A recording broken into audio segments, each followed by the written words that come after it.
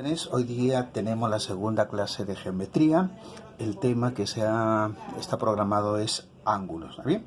Quiero comenzar con la definición rápidamente. Dice que un ángulo es una figura geométrica formada por dos rayos que tienen el mismo origen, de tal manera que estos dos rayos me determinan esta abertura y esta abertura va a recibir el nombre de ángulo. Muy bien. Esto vendrían a ser los lados, este punto común vendría a ser el vértice y si yo quisiera denotar este ángulo, podría utilizar esta forma de acá.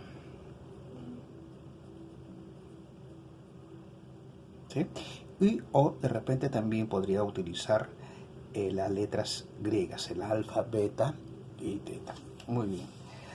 Algo que debemos recordar es lo que corresponde a bisectriz de un ángulo. ¿Qué es la bisectriz de un ángulo? Dice es un rayo que tiene como origen el vértice del ángulo y que divide a este en dos ángulos de igual medida. O sea, si yo tengo este ángulo A o B y esto de acá me dice que es la bisectriz, significa que estos dos ángulos en medida van a ser iguales. Eso es lo que hace la bisectriz, divide el ángulo en dos partes iguales.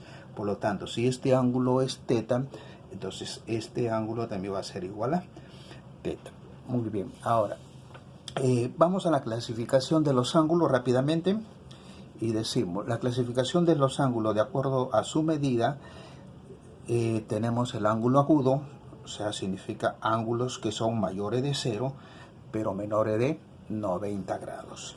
Luego tenemos el ángulo recto, es aquel cuyo valor en grados hexadesimales es igual a 90. ¿Y cómo te vas a dar cuenta gráficamente al ángulo recto? Cuando observes en el vértice este cuadradito de acá. Siempre que tengas este cuadradito es para decirte qué cosa, que este es un ángulo recto y tiene por valor igual a 90 grados. Un ángulo obtuso es aquel cuya medida es mayor de 90 pero menor de 180. Ya, muy bien. Luego tenemos el ángulo llano, que su valor en grados es igual a 180 grados. Ya, otro concepto que tenemos que tener en cuenta es lo siguiente: los ángulos opuestos por el vértice. Mira, tengo mi ángulo AOB y si yo prolongo este rayo, voy a tener una figura de ese tipo y genero dos ángulos llamados opuestos por el vértice.